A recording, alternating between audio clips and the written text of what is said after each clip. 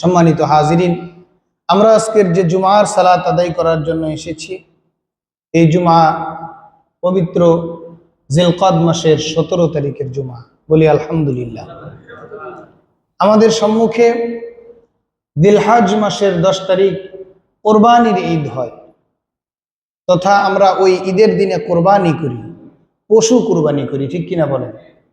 আল্লাহ পাক রব্বুল আলামিন বলেন, ওয়ালিকুল্লি উম্মাতিন জাআলনা মানসাকাল লিয়াযকুরু ইসমাল্লাহি আলা মা রাযাকাহুম মিন বাহিমাতিল আনআম। বলেন সুবহানাল্লাহ। আল্লাহ পাক রব্বুল আলামিন বলেন, আমি প্রত্যেকটি কওমের জন্য কোরবানিকে আবশ্যক করে দিয়েছিলাম। ওয়ালিকুল্লি উম্মাতিন জাআলনা মানসাকাল লিয়াযকুরু ইসমাল্লাহি আলা মা রাযাকাহুম মিন বাহিমাতিল আনআম। আমি প্রত্যেকটি জাতি এবং কওমের উপরে আবশ্যক করে দিয়েছিলাম কোরবানি করা। সেটা তারা কোথা থেকে করবে? তাদেরকে আমি যেই রিজিক দিয়েছিলাম চতুষ্পদ জন্তুগুলি, সেই চতুষ্পদ জন্তুগুলির উপরে আমার নামকে প্রয়োগ করে, আমার নাম উচ্চারণ করে, আমার নামের জিকির করে তারা কোরবানি করবে। বলি সুবহানাল্লাহ। তাহলে এই কোরবানি শুধুমাত্র আমরা করি না, আল্লাহ পাক রব্বুল আলামিন বলছেন, ওয়ালিকুল্লি উম্মাতি জাআলনা, আমি প্রত্যেকটি কওমের উপরে কোরবানি আবশ্যক করে দিয়েছিলাম। বলি সুবহানাল্লাহ।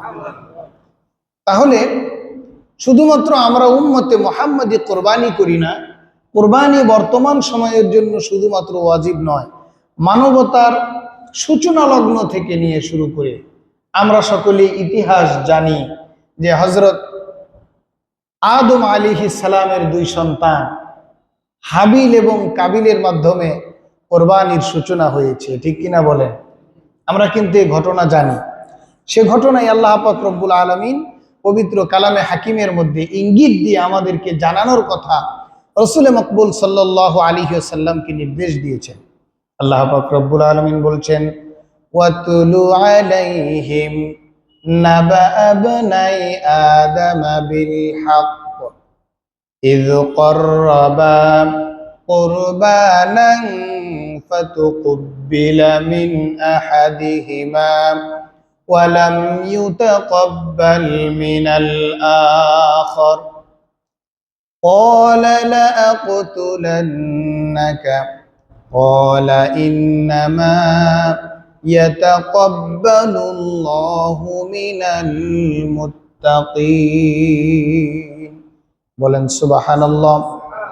আল্লাহ পাক রব্বুল আলামিন বলছেন, হে হাবিব, হে রাসূল, আপনি তাদেরকে আদম আলাইহিস সালামের 2 পুত্রের কোরবানি করার বিষয়টি শুনিয়ে দিন।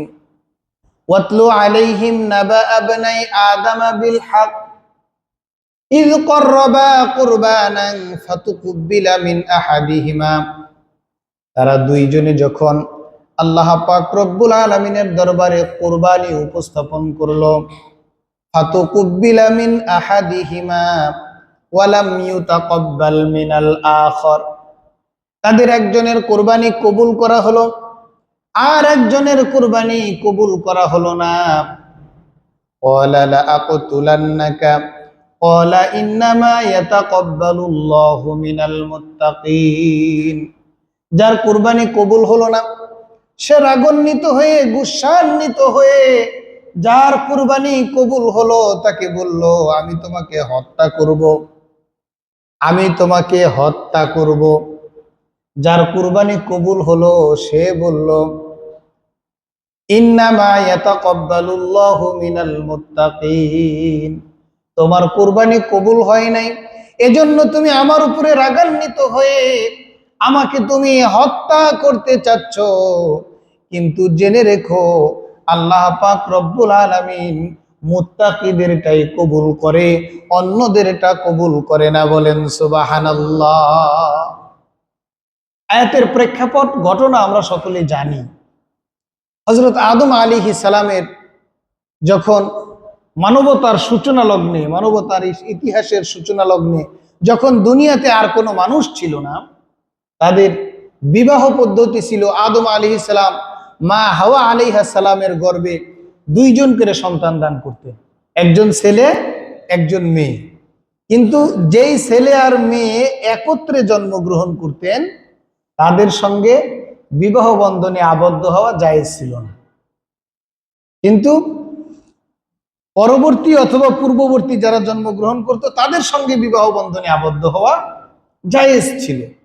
আমরা ঘটনা জানি, মূল ঘটনার দিকে যাওয়ার জন্য একেবারে সংক্ষেপ করে বলছি, বলতে হয় এজন্য বলছি যে হাবিল এবং কাবিল তাফসীরের মধ্যে এসেছে, এই 2 ভাইয়ের একজনের সঙ্গে যার কুরবানি কবুল হলো, তার সঙ্গে রূপবতী যেই কন্যাটি জন্মগ্রহণ করেছিল, অর্থাৎ তার সঙ্গে না, তার সঙ্গে বিবাহ যার বৈধ ছিল, সেই মেয়েটিকে বিবাহ করতে চাচ্ছিল যার কুরবানি কবুল হলো না সে, যার কারণে এই দ্বন্দ্বটা বেঁধে যায়।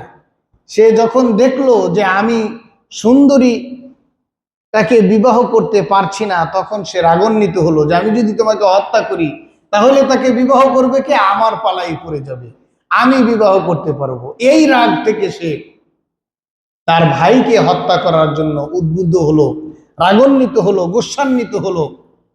আদম আলাইহিস সালাম ছিলেন হজের সফরে, তাদেরকে কুরবানি করার নির্দেশ দিয়ে গেলেন যে তোমরা 2 জনই আল্লাহ পাক রব্বুল আলামিনের দরবারে কুরবানি উপস্থাপন করো, যার কুরবানি আল্লাহর দরবারে কবুল হবে সেই সুন্দর বোনটিকে বিবাহ করতে পারবা। তাদের সেই ঘটনা লম্বা চৌড়া ঘটনা আল্লাহ পাক রব্বুল আলামিন কোরআনুল কারীমের মধ্যে সংক্ষেপে বর্ণনা করে দিয়েছেন। তাদের এই ঘটনা উল্লেখ করে বিশ্ব মানবতাকে আল্লাহ পাক রব্বুল আলামিন শিক্ষা দিতে চাইলেন, দুনিয়ার লোভ লালসা, দুনিয়ার কোনো স্বার্থ সিদ্ধির জন্য, দুনিয়াবি কোনো কর্মকাণ্ড বাস্তবায়ন করার জন্য, অথবা দুনিয়ার বিন্দু মাত্র লোভের লেশ মাত্র যদি থাকে, লোভের লেশ মাত্র নিয়ে যদি কোনো ব্যক্তি কুরবানি দেয়, তার কুরবানি আল্লাহর দরবারে কবুল হবে না। একটু জবান খুলে বলি নাউজুবিল্লাহ। কুরবানি করতে হবে একেবারে সম্পূর্ণরূপে আল্লাহর ভয় হৃদয়ে লালন করে। আল্লাহ পাক রব্বুল আলামিন পবিত্র কালামে হাকিমের মধ্যে ইরশাদ করে বলছেন, লা ইয়ানালাল্লাহা লুহুমুহা ওয়ালা দিমাউহা ওয়ালাকিন ইয়ানালুহুত তাকওয়া মিনকুম। বলেন সুবহানাল্লাহ। আল্লাহ পাক রব্বুল আলামিন বলছেন, তোমরা যে পশুটাকে কুরবানি করো, এই পশুর রক্ত গোশত কোনোটাই আমার দরবারে আসবে না, আমি কোনোটাই গ্রহণ করব না। এই পশুটা সম্পূর্ণরূপে তোমাদের জন্যই থাকবে, তোমরা কুরবানি করবা, তোমরাই আবার এই পশু আহার করবা, ভক্ষণ করবা। এর যা কিছু হালাল করে দিয়েছি সব কিছু তোমাদের জন্য থাকবে, এমনকি এর রক্ত পর্যন্ত, এর গোশত পর্যন্ত আমার দরবারে আসবে না। আমি এই পশু কুরবানির মাধ্যমে তোমাদের কাছ থেকে যেই জিনিসটি চাই, এই জিনিসটির নাম হচ্ছে তাকওয়া। আমি দেখতে চাই যে তোমরা কতটুকুন আমাকে ভয় করে আমার সন্তুষ্টির জন্য কুরবানি করো। সম্মানিত হাজিরিন, সম্মানিত মুসল্লিয়ানে কেরাম, মুরব্বিয়ানে আযম, আমরা যারা কুরবানি করি, কুরবানির মধ্যে আমাদের কত কারণ লুকায়িত থাকে, কত উদ্দেশ্য আমরা রেখে দেই, কত চিন্তাধারা থাকে। কারো কারো চিন্তা থাকে এরকম, যদি কুরবানি একটু টানাটানি, কুরবানি দেওয়া ওয়াজিব, কিন্তু একটা বড় ব্যবসা করতে চাই, এজন্য একটু মোটা অঙ্কের পয়সার প্রয়োজন, এবারের কুরবানিটা না দিলে একটু ব্যবসাটা জমজমাট করে করা যেত। অথবা একটা জমি রাখতে চাই, একটু মোটা অঙ্কের পয়সার প্রয়োজন ছিল, কুরবানিটা না দিলে একটু স্বস্তি লাভ হতো। আবার চিন্তা করে যদি কুরবানি না দেই সমাজের লোকে কি বলবে, কি বলেন? বিভিন্ন কারণ থাকতে পারে, কারণের সঙ্গে সমাজকে যুক্ত করে সমাজের ভয়ে কুরবানি দিল। অথবা কুরবানি দেওয়ার সামর্থ্য আছে কুরবানি সে দিতে পারবে, কিন্তু প্রতিযোগিতা যে আমার কুরবানি যাতে করে সবার চাইতে বড় হয়, মানুষে যাতে বলে যে হ্যাঁ বাপের বেটা সাদ্দাম দিছে এক কুরবানি, এলাকার মধ্যে ফার্স্ট, এরকম ইচ্ছা যদি মনের মধ্যে থাকে, সব শেষ। তাকওয়ার ঘাটতি। আপনার মনের মধ্যে এরকম ইচ্ছা থাকতে পারবে যে আমি আল্লাহর জন্য সবচেয়ে বড়টা কুরবানি করব। আপনার হৃদয়ে এই চিন্তা থাকতে হবে আল্লাহ পাক রব্বুল আলামিনের দরবারে আমি যাতে করে বড় কুরবানি নিয়ে উপস্থিত হতে পারি। কিন্তু মনের মধ্যে এটা না থেকে যদি ওইটা থাকে যে মানুষে যাতে বলে একটা কুরবানি দিছে, তাহলে কিন্তু শেষ হয়ে যাবে কুরবানি। তথা কুরবানির কোনো কিছুই আল্লাহ পাক রব্বুল আলামিন গ্রহণ করেন না, গ্রহণ করবেন না। আল্লাহ পাক রব্বুল আলামিন গ্রহণ করবেন তাকওয়া। সেক্ষেত্রে আমাদের কাছে যে গোশতটা থাকে, এই গোশত আমরা যেটা ভক্ষণ করি, আমাদেরকে আল্লাহ পাক রব্বুল আলামিন যেটা দিয়ে দিয়েছেন, এটার ক্ষেত্রেও আমাদের তাকওয়া অবলম্বন করার দরকার আছে না নাই? এখন তো যদিও কোরবানির ঈদ আরো 3 জুমা পরে, কিন্তু প্রসঙ্গক্রমে বলছি, এই কথাগুলি একেবারে কুরবানির আগে মনে করে দেওয়া দরকার। আমাদের সমাজে অনেকেই আছে যার সামর্থ্য আছে যে প্রতি মাসে 10 কেজি করে গোশত কিনে খেলেও কোনো সমস্যা নাই, কিন্তু সে কুরবানি দিয়েছে, তার সুযোগ সুবিধা থাকা সত্ত্বেও বাড়িতে বিশাল বড় এক রাঘব বোয়াল রেখে দিয়েছে। কোরবানি একটা বড় করছে, গরিব আত্মীয় স্বজন অথবা এলাকাবাসী কেউ আসলে তাদেরকে বোঝায় যে নাই, কুরবানির গোশত শেষ হয়ে গিয়েছে বলে সব কিছু রাঘব বোয়ালের ভিতরে রেখে দেয়, গরিবদেরকে দেয় না। এরকম কোরবানি দেনেওয়ালা আছে না নাই? গরিব মানুষেরা ঈদের দিনে আশা করে আসে, তাদেরকে ফিরিয়ে দেয়। অথচ সে যদি কুরবানির সবটুকুন গোশত বিলিয়ে দেয়, সে আবার পরে ইচ্ছা করলে আরো 10 কেজি গোশত কিনে খেতে পারবে প্রতি মাসে, কিন্তু সে গরিবদেরকে এই হকটুকুন দেয় না। তাহলে তার উদ্দেশ্য ছিল কি? আল্লাহ পাক রব্বুল আলামিন তো তাকওয়া নিবেন, কুরবানির গোশত তো আল্লাহ পাক রব্বুল আলামিন নিবেন না। আল্লাহ পাক রব্বুল আলামিন পবিত্র কালামে হাকিমের মধ্যে ইরশাদ করে বলছেন, কুল ইন্না সলাতি ওয়া নুসুকি ওয়া মাহইয়ায়া ওয়া মামাতি লিল্লাহি রাব্বিল আলামিন। আল্লাহ পাক রব্বুল আলামিন বলছেন, হে রাসূল আপনি বলুন, নিশ্চয় আমার রোজা, ইন্না সলাতি ওয়া নুসুকি, নিশ্চয় আমার নামাজ এবং আমার কুরবানি, আমার জীবন, আমার মরণ, এসব কিছু কেবলমাত্র শুধুমাত্র আল্লাহ পাক রব্বুল আলামিনের জন্য। বলেন সুবহানাল্লাহ। এর মধ্যে কোনো জটিলতা কুটিলতা থাকা যাবে না, এর মধ্যে এক চুল পরিমাণ ফাঁক রাখা যাবে না। আল্লাহ পাক রব্বুল আলামিন এই কুরবানি তাদের উপরেই ওয়াজিব করেছেন যাদের সামর্থ্য রয়েছে। আপনার সামর্থ্য আছে বিধায়, আপনার সুযোগ সুবিধা আল্লাহ পাক রব্বুল আলামিন দিয়েছেন বিধায় আপনাকে কুরবানি করার নির্দেশ দিয়েছেন, আপনার উপরে কুরবানি ওয়াজিব হয়েছে। আপনি না পারলে তো আপনার উপরে ওয়াজিব হয়েছিল না, ঠিক কিনা বলেন? যিনারা গরিব রয়েছেন, দরিদ্র রয়েছেন, যিনাদের কাছে হাওয়ায়েজে আসলিয়া ব্যতীত তথা প্রয়োজনীয় সম্পদাদি ব্যতীত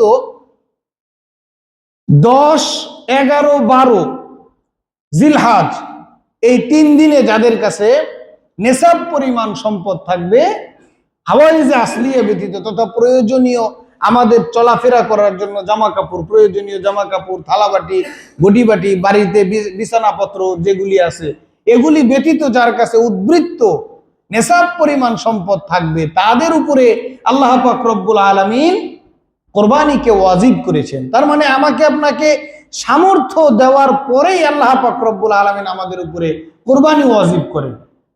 তাহলে সেখানে আমাদের কৃপণতা কেন থাকবে? সেখানে আমাদের জটিলতা আর কুটিলতা কেন থাকবে? আল্লাহ পাক রব্বুল আলামিন আমাদেরকে সামর্থ্য দিয়েছেন, সুযোগ দিয়েছেন, এরপরে আমাদের উপরে কোরবানি ওয়াজিব করেছেন। আমরা তো বাজার থেকে পশু ক্রয় করে এনে কোরবানি করি, যেই পশুকে অনেক সময় আমরা অনেকেই লালন পালন করি না, ধরিও না, ছুঁইও না, চিন্তা করি ঈদের একদিন আগে 2 দিন আগে পশু ক্রয় করব, এরপরে এই পশুটাকে যাতে করে লালন পালন করার ঝামেলা না থাকে। যদি লালন পালন করতেও হয় 2-4 দিনের জন্য, বাড়ির আশপাশের কোনো গরিব মানুষ, দরিদ্র মানুষ অথবা কোনো পরিচিত ভাইয়ের কাছে তুলে দেই যে এই 2টা দিন আমার বাড়িতে তো গরু রাখার জায়গা নাই, একটু আমার গরুটা লালন পালন করে দিবেন, একটু এই 2টা দিনের জন্য আমাকে একটু হেল্প করবেন। তার মানে এই পশুর উপরে কোনো পরিশ্রম আমরা করি না। আল্লাহ পাক রব্বুল আলামিনের দেওয়া রিজিক থেকে আল্লাহ পাক রব্বুল আলামিন যা উদ্বৃত্ত দিয়েছেন, এই উদ্বৃত্ত পয়সা দিয়ে কিছু পয়সা, এরপরেও সম্পূর্ণটুকু নয়। যদি হুকুমটি এমন না হতো যে কোরবানি একটা পশুতে 7টি অংশ, এই 7টি অংশ যদি তোমার কাছে বড় মনে হয়ে যায় যে কোরবানি করতে গিয়ে একটা বাগে মানে একটা অংশ ক্রয় করতে অনেক টাকা লেগে যাচ্ছে, অত দূর পর্যন্ত সামর্থ্য হয় নাই, যেই ছাগলটা কোরবানি করার উপযুক্ত একেবারে অল্প মূল্যের মধ্যে একটা ছাগল কিনে কোরবানি দিয়ে দিল, তথা আমার আপনার সম্পদের কিছু একটা অংশ আল্লাহ পাক রব্বুল আলামিন কোরবানি দেওয়ার কথা বলছেন। এই কুরবানি যেই পশুর সঙ্গে সম্পর্ক নাই, যেই পশুকে লালন পালন করলাম না, এই কুরবানি দিতে গিয়ে আমাদের মধ্যে কেন এত জটিলতা কটিলতা তৈরি হবে, কেন এত চিন্তা ফিকির তৈরি হবে? অথচ আল্লাহ পাক রব্বুল আলামিন আমাদের জন্য কোরবানির সুন্নাহ যেই সময়ে শুরু করেছিলেন, আমার আপনার পিতা হযরতে ইব্রাহিম আলাইহিস সালাম এবং ইসমাঈল আলাইহিস সালাম দুইজনের করুণ কাহিনী যেটা আমরা জানি, এই করুণ কাহিনীর মধ্য দিয়ে আমাদের উপরে আল্লাহ পাক রব্বুল আলামিন কোরবানিকে ওয়াজিব করেছেন।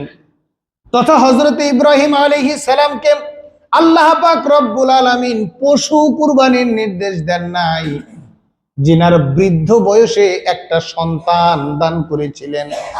একেবারে শেষ বয়সে গিয়ে যখন ইব্রাহিম আলাইহিস সালামের সন্তান হচ্ছিল না, দীর্ঘ ঘটনা অতিক্রম করার পরে গিয়ে ইব্রাহিম আলাইহিস সালামের একেবারে বৃদ্ধ বয়সে উপনীত হওয়ার পরে আল্লাহ পাক রব্বুল আলামিন একটি সন্তান দান করলেন। তিনি আল্লাহ পাক রব্বুল আলামিনের দরবারে ফরিয়াদ জানালেন, রব্বি হাবলি মিনাস সালিহিন ফাবাশশারনাহু বিগুলামিন হালিম। বলেন সুবহানাল্লাহ।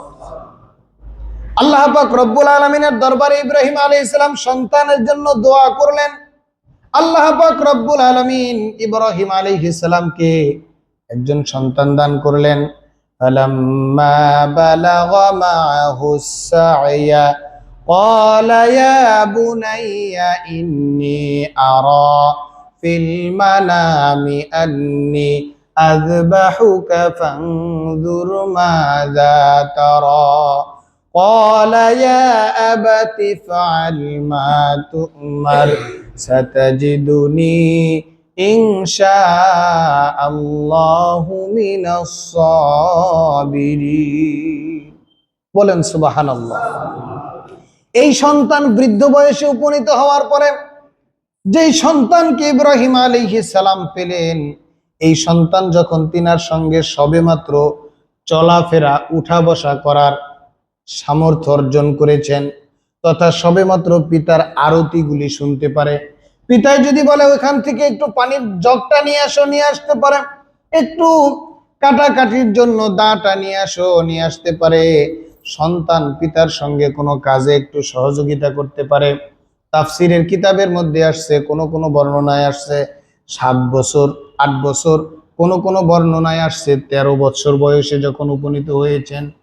এই সময় আল্লাহ পাক রব্বুল আলামিন পরীক্ষা নেয়ার জন্য ইব্রাহিম আলাইহিস সালামকে বললেন, তোমার সন্তানকে তুমি আমার সন্তুষ্টির জন্য কোরবানি করে দাও। বলেন সুবহানাল্লাহ।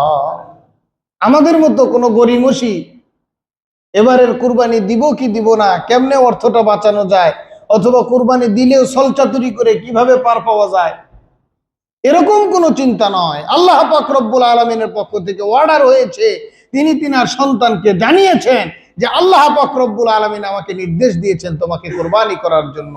ইসমাঈল আলাইহিস সালাম বিন্দু মাত্র পিছপা হন নাই। তিনি বলেছেন আল্লাহ পাক রব্বুল আলামিনের ফয়সালা, আপনাকে যে নির্দেশ দেওয়া হয়েছে আপনি সেটাকে বাস্তবায়ন করেন, বলেন সুবহানাল্লাহ। ইব্রাহিম আলাইহিস সালাম সন্তানকে কোরবানি দিয়ে দিলেন। এর মধ্যে কোনো জটিলতা কটিলতা থাকলো না, এর মধ্যে কোনো চিন্তা ফিকির থাকলো না। আল্লাহ পাক রব্বুল আলামিনের নির্দেশ কোরবানি করতে হবে, সন্তানকে পর্যন্ত কোরবানি দিতে পিছপা হলেন না। কিন্তু আল্লাহ পাক রব্বুল আলামিন তেনাকে পরীক্ষা নেওয়ার জন্য তেনার সন্তানটাকে চেয়েছিলেন।